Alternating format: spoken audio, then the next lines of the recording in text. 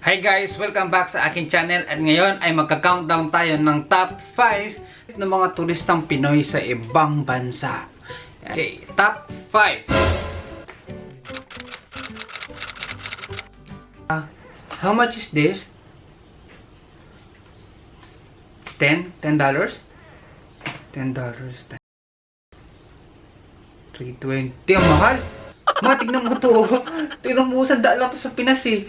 Mahal dito, 320. Ano to, tubulugaw? Wag na, uy. Guys, pag pupunta kayo ng ibang bansa, huwag kayong magko-convert. Kasi ending nun, guys, wala talaga kayo mabibili kahit pagkain nyo, kahit ano, kahit mga souvenirs nyo, guys. Walang-wala kayo mabibili kasi kino-convert nyo. Normal lang yan na medyo mahal sa ibang bansa or minsan nga mas mura pa sa ibang bansa kaysa sa Pinas.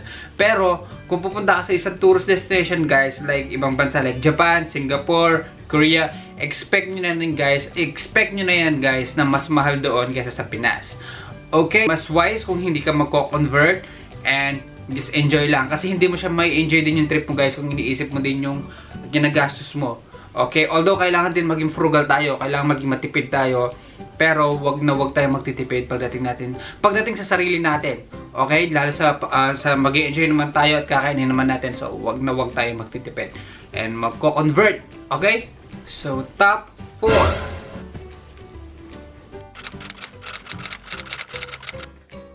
Hey man, what's up? So how's your trip? It's good. Okay. Are you enjoying? Yeah, I am. Tell me about yourself, man. I really want to know you.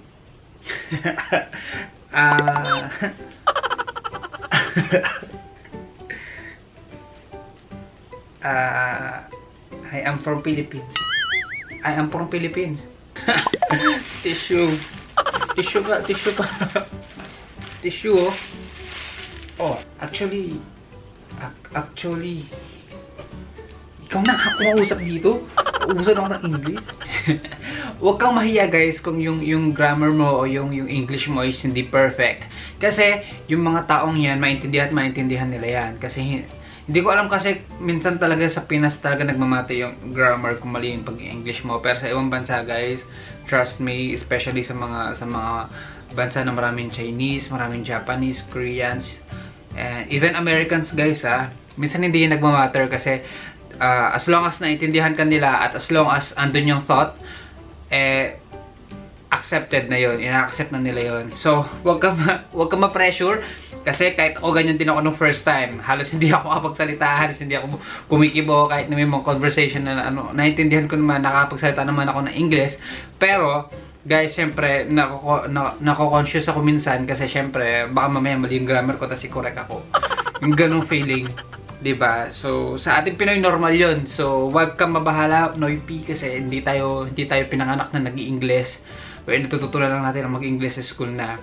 So, also, at hindi basihan ang pag-i-English para sabihing matalino ka. Okay? Top 3.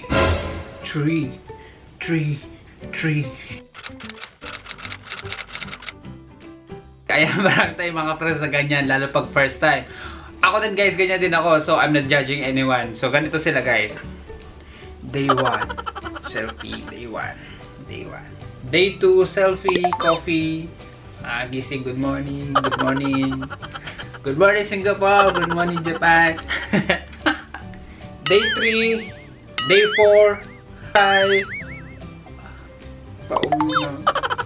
And guys, okay lang naman na mag-selfie tayo. Pero kung paulit-ulit naman araw-araw yung background natin kung saan tayo nag-selfie guys, huwag na tayo mag-selfie. Okay naman mag-selfie pero huwag naman masyado kasi minsan nakikita ko sobrang daming picture sa isang album ng araw-araw, day 1, day 2, day 3, day. Pero walang kakaiba guys. At least meron man lang sanang kakaiba everyday.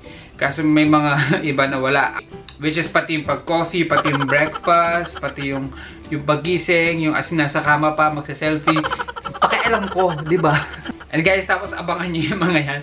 Kasi after 2 to 3 days, guys, magpupost siya sa Facebook na I miss Singapore, I miss Japan, I miss Korea, ganun.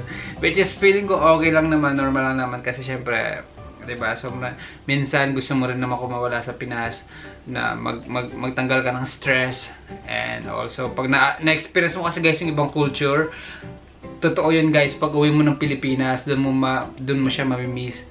Wherein same as sa Pinas, pag andito ka sa ibang bansa na medyo matagal, mamimiss mo agad yung Pinas.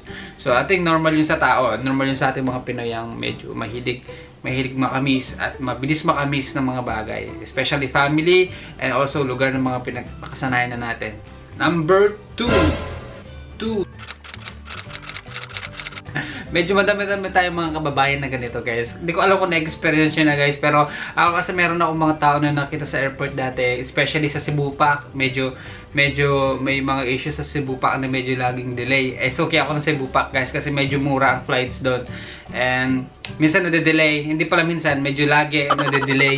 And meron mga tao doon na laging nagrereklamo every time na may delay. Meron doon isa mag-stand out guys na magsasalita.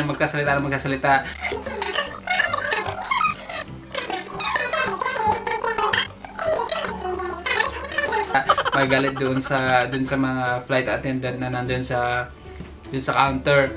And I think which is hindi naman dapat din kasi syempre yung mga yun nagtatrabaho lang nadadamay, 'di ba? Syempre mas okay na yun guys na medyo delayed ang flight, medyo minsan cancel pa nga 'di ba? Kaysa naman sa bumiyahe kayo na mako-compensate yung safety ninyo, yung security ninyo, 'di ba? So might as well madelay na lang o ma-cancel na lang kung hindi din naman safe. At least, 'di ba? At least they're being honest, 'di ba? Top 1. Ito guys, lahat tayo ganito. Keychain Master. Uy, hinahanap kita kanina pa. Bibigay ko to sa mga mga pasalubong ko from Japan. Ito oh. Thank you. Manok. Dalawang manok manok. Thank you. Nakagutom naman to, manok. Manok guys, manok. Medyo natawa talaga ako dito guys. Pasalubong to ni Kuya Daisuke sa akin. Kung nanonood ka Kuya Daisuke, thank you ginamit ko sa vlog ko yung mga pasalubong mo. And also guys, ang cute kasi parang manok ko. Pero guys, hindi ako lalakas loob na guys, ilagay ito sa bag ko. Mamaya, bulin ako ng aso Pero manok talaga guys. Manok talaga sila.